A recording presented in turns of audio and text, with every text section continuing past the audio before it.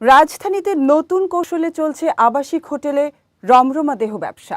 খদ্দের পেতে রাস্তায় ছিটিয়ে রাখা হয় ভিজিটিং কার্ড। মুঠোফোনে যোগাযোগ করলেই দালালরা এসে রিসিভ করে নিয়ে যায় গোপন হোটেলে, আর সেখানে নিয়ে বনিবনা না হলেই শিকার হতে হয় ছিনতাইয়ের। সহকর্মী হৃদয় খানকে সাথে নিয়ে বিস্তারিত থাকছে মোস্তাফিজ রুমনের রিপোর্টে। কিছুদিন ধরেই রাজধানীর বিভিন্ন রাস্তা ও ফুটপাতে পড়ে থাকতে দেখা যায় এমন ভিজিটিং কার্ড। আকারে ছোট, অদ্ভুত, রংচটা কালারের এ সকল কার্ডগুলোতে যে কারো চোখ আটকে যেতে বাধ্য। একটু পড়ে দেখতে চাই কিসের বিজ্ঞাপন এগুলো। যাক, বোঝা গেল আবাসিক হোটেলের। এসি, নন এসি, 24 ঘন্টা নিরাপত্তার সুবিধাতে ভরপুর। কিন্তু কার্ডে দেয়া ভদ্রলোকদের নামগুলো একটু দেখুন। অদ্ভুত নামের এই ব্যক্তিদের সাথে যোগাযোগ করতে চাই আমরা, দেখতে চাই কি সার্ভিস দিচ্ছেন তারা। প্রথমেই ফোন করা যাক এখানে দেয়া নাম্বারগুলোতে। হ্যালো, ওয়ালাইকুম সালাম। মধু ভাই, ভাই ওই যে আমি তো ওই যে শামীম সরণিটা চিনতেছি না ভাই, এটা কোথায়? ও আচ্ছা আচ্ছা, চিনছি শেওড়াপাড়া বাস স্ট্যান্ডে শামীম সরণির ভিতরে। হ্যাঁ আচ্ছা ঠিক আছে ভাই, আমার কাছে তো ওই যে জিনিস নাই, আসেনি আপনার কাছে? একের জিনিস আছে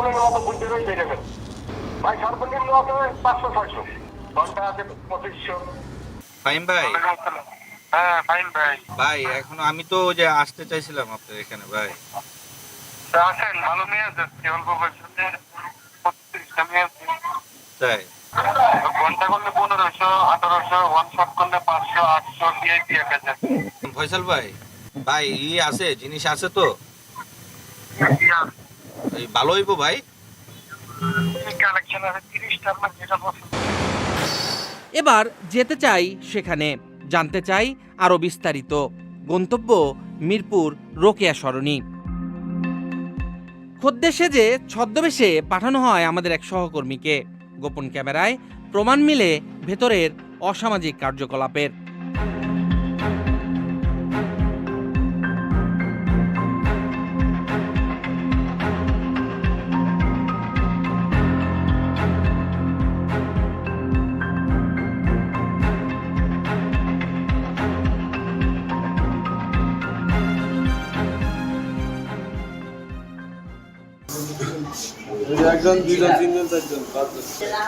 ঠিক আছে। বাইরে থেকে বোঝার উপায় নেই নির্মাণাধীন এই ভবনেই চলে অসামাজিক কার্যকলাপ। হাতে নাতে প্রমাণের পর বিষয়টি জানানো হয় কাফরুল থানার অফিসার্স ইনচার্জকে। কিন্তু দীর্ঘক্ষণ অপেক্ষার পরেও ঘটনাস্থলে পুলিশ পেলাম না আমরা। তাই এবার সরাসরি ঢুকতে চাই সেখানে, কিন্তু ক্যামেরা নিয়ে ঢুকতেই বাধার সম্মুখীন আমরা।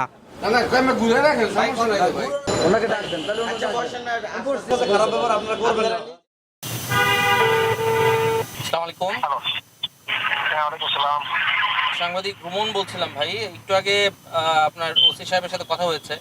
আপনার মনে হয় আসার কথা ছিল ইয়াতে, রূপালী ব্যাংকের নিচে আর কি। কোন জায়গা আসবো?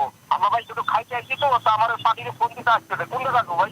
রোকেয়া সরণি রূপালী ব্যাংকের নিচে, এই যে স্টেশনের, মেট্রো স্টেশনের নিচে। পরবর্তীতে আবারও থানায় যোগাযোগ করলে ঘটনাস্থলে আসে কাফরুল থানার এসআই। এবার পুলিশ সহ আবারও প্রবেশ করি আমরা, কিন্তু এত সময়ে গোপন পথের দরজা দিয়ে পাশের বাড়িতে সটকে পড়েছে অনেকে। না না ভাই আসলে মানে রুম থেকে কন্টাক্ট করবো আর কি, বুঝছি। ভিডিও আছে আমাদের কাছে, ওইটা দিকে আছে বড় ভাই। কতগুলো মেয়েকে দেখানো হয়েছে ঘর বাইরে তো দেখেছিলাম একজনের, তারপর ওরা চলে গেছে আর কি। কার্ডে তোমার নাম দেওয়া? জি জি, মধু ভাই। ঘটনাস্থলে আসা পুলিশের আচরণটাও কেমন সন্দেহজনক। আপনারা যদি আগে কালেক্ট করে থাকেন সেটা তো ভিন্ন কথা। আমাদের কাছে প্রুফ আছে, আমরা বলতেছি। ঠিক আছে, কিন্তু আমরা আসার পরে যা পাইলাম, আমি তো এইটুকুই দেখবো। আমি আসার পরে কি পাইলাম? ঠিক আছে, আমি আসার পরে যেটুকু পেলাম সেটুকু আমি আপনাকে। ঠিক আছে, গেট বন্ধ করে রাখছে ভাই, গেট বন্ধ করে আমি অবশেষে বিষয়টি পুলিশের কাছে ছেড়ে দিয়ে ভবনটির নিচে নামতেই হোটেল কর্তৃপক্ষ ঘিরে ধরে আমাদের। ম্যানেজ করার বৃথা চেষ্টা চালায় তারা। চা খাওয়াইলে আপনি আমার আপনার অফিসে বসে খাওয়াবেন, দোকানে নিয়ে খাওয়াবেন, এটা কি সিস্টেম? আমরা লাঞ্চ করেও থাকবো। কি আরে আরে না, এটা আমার পক্ষ থেকে ভাই। না ভাই প্লিজ আরে না এটা আমার পক্ষ থেকে ভাই না ভাই। শুধু একটি দুটি নয়, খোদ রাজধানীতেই এরকম হোটেল রয়েছে হাজারের ওপরে, যেসব হোটেলের বিজ্ঞাপন এমন প্রকাশ্যে দিয়েই চলছে এখন দেহ ব্যবসা। কিছু কিছু ছেলেপেলেরা আসে হাটে আর মানে পালাতে যায়। মুস্তাফিজ রহমান, বিজয় টিভি, ঢাকা।